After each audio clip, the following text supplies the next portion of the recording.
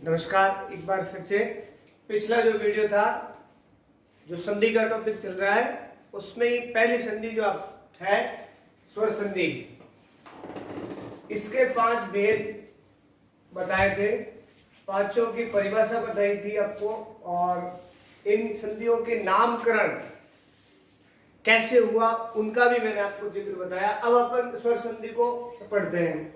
स्वर संधि के अंदर जैसे मैंने बताया था कि इसमें समान स्वर मिलते हैं। स्वर संधि में हमेशा समान स्वर मिलकर के दीर्घ हो जाते हैं, जिसमें इसका एक पहला सूत्र है अ, या, आ, ई, या, ई, ऊ, या, ऊ। इनके साथ अगर वापस यही स्वर मिल जाए अ, आ, ई, ऊ, तो ये स्वर मिलकर के दीर्घ हो जाएंगे, यानी कि आ बन जाएगा, ई हो जाएगा और ऊ हो जाएगा। इसको कहते हैं स्वर संधि। इसका मतलब है कि अ और आ के साथ अ और आ मिलेंगे, इन दोनों के साथ इनका मेल होगा तो क्या बनेगा? आ बनेगा। उसके बाद ई और ई के साथ अगर ई और ई का मेल होगा तो क्या बनेगा? ई बन जाएगा।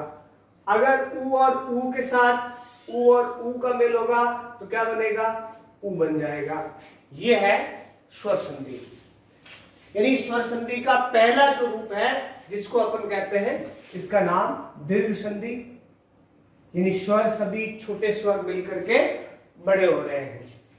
अब इनको एक एक को अलग अलग नियमों पर देखें तो पहला है अ, या, आ प्लस अ, या, आ बराबर क्या बनेगा? आ। इसका भी अगर विस्तार करें आगे तो होता है अ प्लस अ बराबर आ, अ प्लस अ बराबर आ बन जाता है, यानी कि इसमें दीर्घ हो जाएगा। अब अगर अपन इसका अर्थ देखें अ प्लस अ बराबर आ का, तो यहां पर आता है धर्म प्लस अर्थ। ये एक उदाहरण है इसका। धर्म शब्द के अंदर अंतिम वर्ण है अ और अर्थ का प्रथम वर्ण है अ। अ और अ दोनों मिलेंगे, इन दोनों के मिलने से बनेगा आ। अब दोनों के मिलने से आ बना, तो ध में तो किसी प्रकार का कोई संधि नहीं, किसी प्रकार की कोई समस्या नहीं। ध लिख दिया, र के अंदर भी कुछ भी नहीं है। अब यहां आता है आपकी म है और र और म में से अ निकाल दिया तो ऐसे बन जाएगा।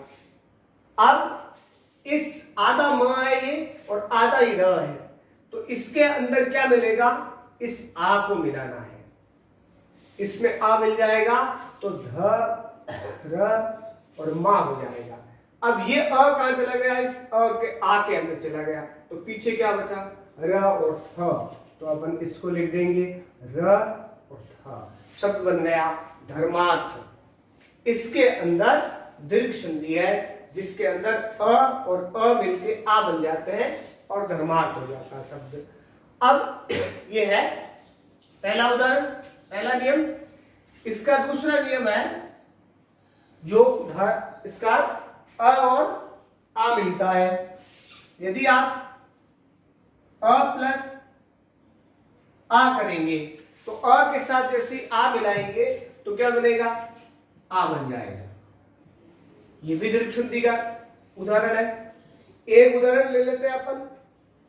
देव प्लस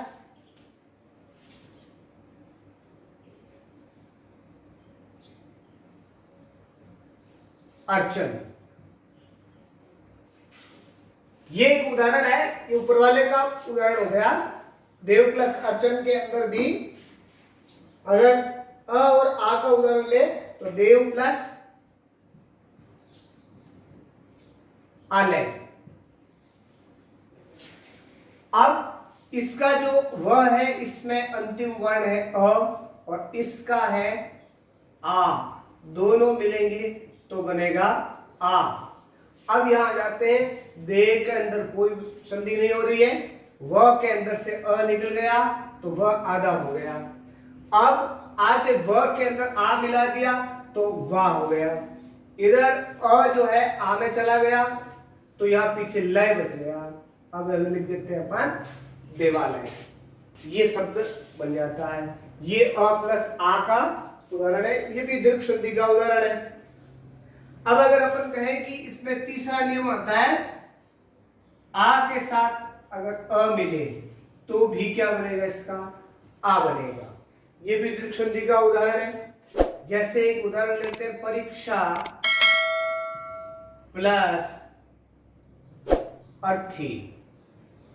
अब इसमें परीक्षा का जो आ है, अंतिम वर्ण इसका आ है, अर्थी का जो प्रथम वर्ण अ है, आ और अ मिलके आ बनाएगा। अब यहां परी के अंदर कोई संधि नहीं है, अक्षा के अंदर संधि है, तो अगर अ निकल जाएगा तो आधा बच जाएगा, वापस आ मिल जाएगा तो आ की मात्रा लग जाएगी, और इस आ में चला गया, पीछे बचा रथी, तो ये शब्द बन गया परीक्षार्थी। इसका अगला उदाहरण है जिसके अंदर आ और आ का मेल है। 4 प्रकार से ये संधि का मेल होता है। अगला उदाहरण इसका चौथा है कि अगर आ के साथ आ का मेल हो तो आ प्लस आ बराबर आ बनेगा। ये इसका चौथा उदाहरण है। अगर इसको लिखे महा प्लस आस्था, अगर ऐसे बनाए इसको तो यहां का आ और ये आ दोनों मिलकर के आ बनाएंगे।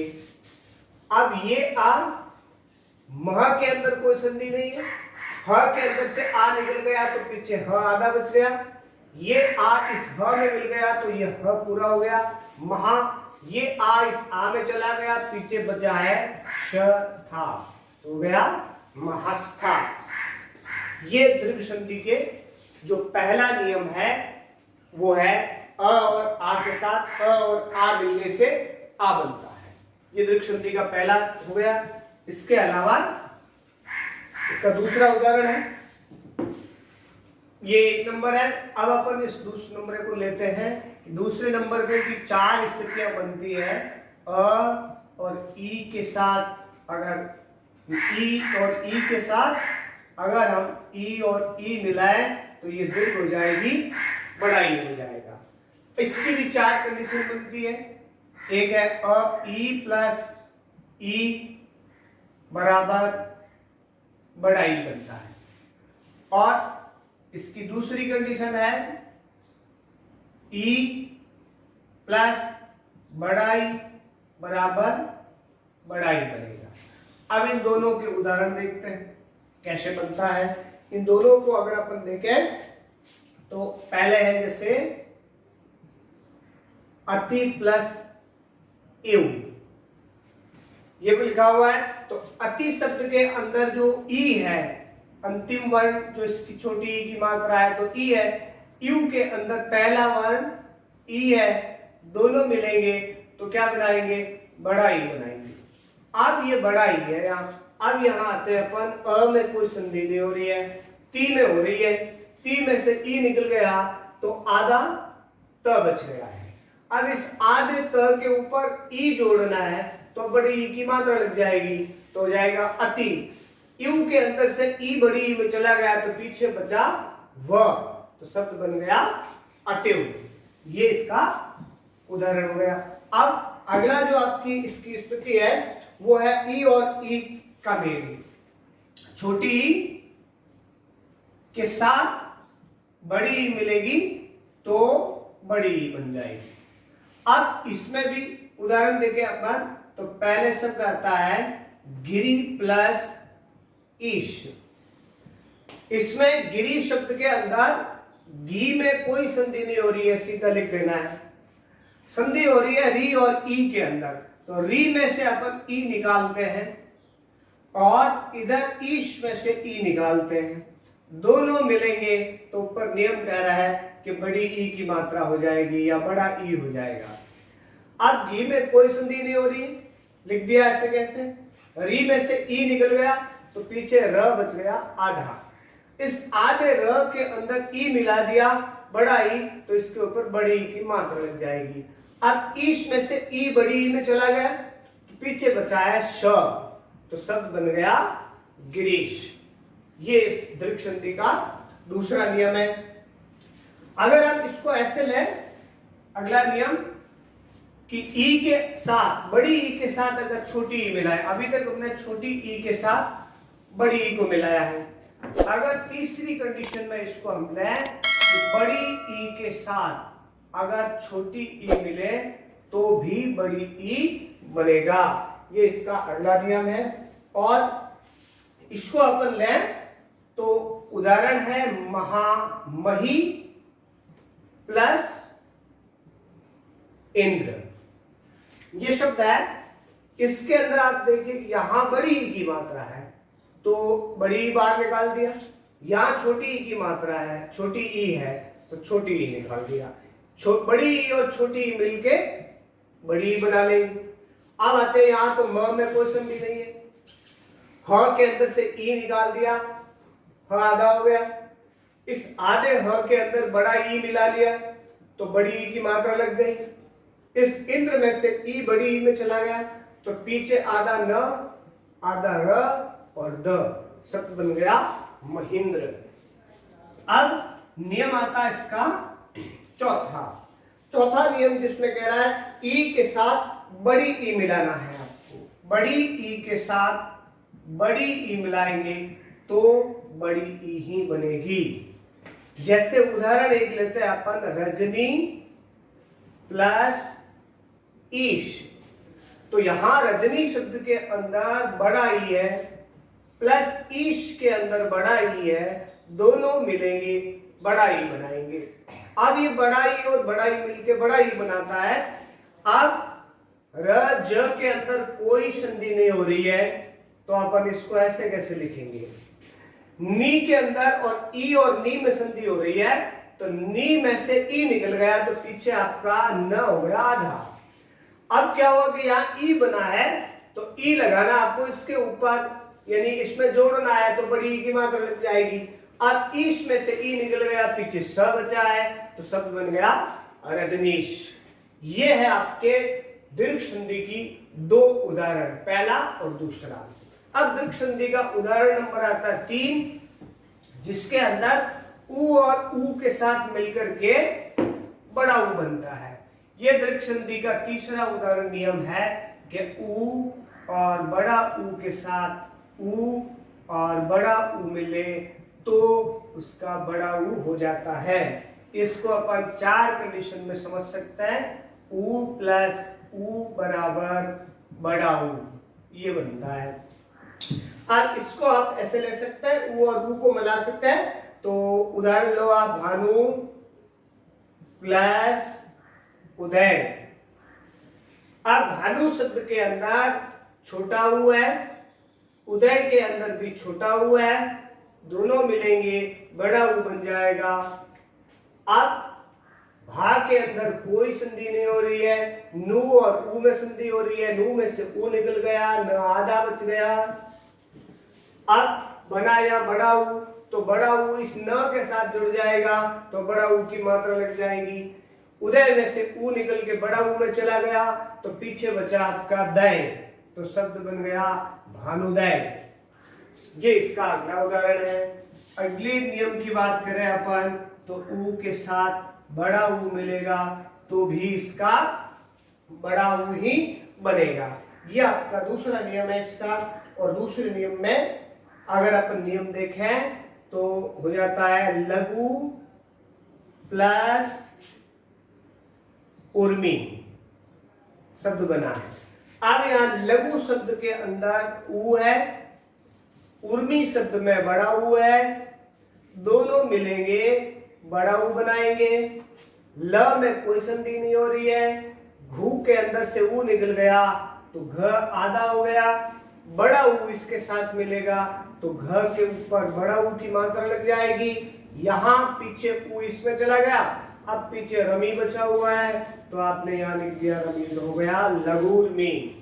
ये इसका नियम नंबर 2 है। इस प्रकार से जो तीसरा नियम इसका हम पढ़ रहे हैं। अगला इससे तीसरे नियम का जो उप नियम है अगला, वो है ऊ के साथ बड़ा ऊ के साथ बड़ा ऊ मिलाना या बड़ा ऊ के साथ छोटा ऊ मिलाना। 2 नियम पीछे बचते हैं। तीसरा नियम अपन लगाते हैं कि अगर बड़ा ऊ के साथ छोटा ऊ मिलेगा तो भी बड़ा ऊ बनेगा। ये इसका तीसरा नियम है। अब शब्द बनता है वधु प्लस उत्सव। अब इसमें अपन देखते हैं वधु शब्द के अंदर बड़ा ऊ है तो ये बड़ा ऊ आपका इस ऊ के साथ मिलेगा, उत्सव में से ऊ के साथ, तो दोनों मिलके बड़ा ऊ बना लेंगे।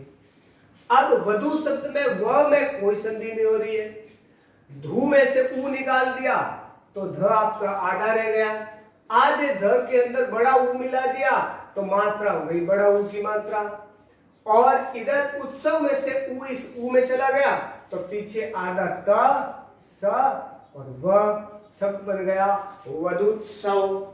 ये आपका उदाहरण होता है। अगला नियम जो आता है आपका वो है कि ऊ में बड़ा ऊ मिलाना। ये चौथा नियम है इसका, बड़ा ऊ प्लस बड़ा ऊ बन जाएगा बड़ा ऊ। इसका एक उदाहरण लेते हैं अपन, भू प्लस ऊष्मा। अब भू के अंदर बड़ा ऊ है और इधर ऊष्मा में भी बड़ा ऊ है, दोनों मिलेंगे तो बड़ा ऊ बनाएंगे। अब इन दोनों में से बनने से भू के अंदर से ऊ निकल गया तो बन गया आपके भ आधा रह गया, आधे भ के अंदर बड़ा ऊ मिला लिया तो इसमें बड़ा ऊ लग गया तो हो जाएगा भू। ऊष्मा से ऊ निकल गया तो बेटे समा बच गया तो शब्द बन गया भूष्मा। ये इसके 4 नियम हैं। इस प्रकार अपन देखते हैं कि स्वर संधि के ये नियम है। अब अगला नियम जो स्वर संधि का आता है वो आपके री और री का आता है और री मिलकर के बड़ा री हो जाता है। और मैंने इस वीडियो के अंत में आपको यही कहा था कि जो चौथा प्रकार है वो आपका उपनियम जो इसका है कि री के साथ अगर री मिलेगा तो बड़ा री बन जाएगा। ये नियम केवल संस्कृत में प्रयोग होता है, हिंदी में इसका प्रयोग नहीं होता है। ये केवल संस्कृत में आता है री और री, हिंदी में री और री का प्रयोग नहीं आता है। तो अगर दीर्घ संधि का देखें अपन तो इसके 4 नियम होते हैं। दीर्घ संधि का पहला नियम अ और अ के साथ अ और आ मिलेगा तो आ बन जाएगा। दूसरा नियम ई और ई के साथ ई और ई मिलेगा तो ई बन जाएगा। ये दूसरा, ये आपका तीसरा नियम बनता है ऊ और ऊ के साथ ऊ और ऊ मिलेगा तो दीर्घ ऊ बन जाएगा। ये दीर्घ संधि के 3 नियम आते हैं। इनके अनुसार आप प्रैक्टिस कर सकते हैं और अपनी पाठ्य पुस्तक के पाठ पढ़ेंगे उसमें कई ऐसे शब्द आएंगे जहां इस तरह की मात्राओं के शब्द हो तो हम होमवर्क के तौर पर उसको कर भी सकते हैं। अब मैं आपको वीडियो के अंत में कुछ शब्द दे रहा हूं जिसका संधि करनी है। आपको शब्द दे रहा हूं, उनकी संधि करके आप फोटो खींच करके आप हमें चेक करवा सकते हैं। अब मैं शब्द दे रहा हूं आपको, उन शब्दों का होमवर्क करना है घर पे जाकर के। ये आपका गृह कार्य है, इनको कंप्लीट करके बताना है कि आपको कितना समझ में आया और कितना नहीं आया है। पहला है देव प्लस अर्चन, दूसरा है आपका मत प्लस अनुसार, तीसरा नियम है आपका सीमा प्लस अंत, चौथा है आपका परि प्लस इच्छा और 5वां शब्द है साधु प्लस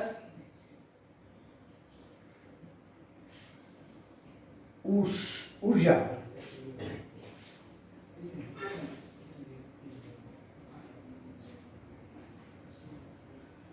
इनके आपको बना के लाना है। इनके होमवर्क जो है, ये शब्द है, इनकी आपको केवल जो है संधि करनी है, और उसमें संधि जो एक ही प्रकार पढ़ाया मैंने आपकी है, सभी दीर्घ संधि के उदाहरण है, लेकिन कौन सा नियम लागू होता है आपको सबसे पहले तो यहां संधि लिखनी है, संधि शब्द, फिर यहां लिखना आपको नियम, ये दोनों कि अ और आ मिला है कि उ और ऊ मिला है कि और ई मिला है, क्या मिला है, कैसे शुद्ध बना वो नियम लिखना है। ये होमवर्क करके आपको चेक करवाना है। Thank you.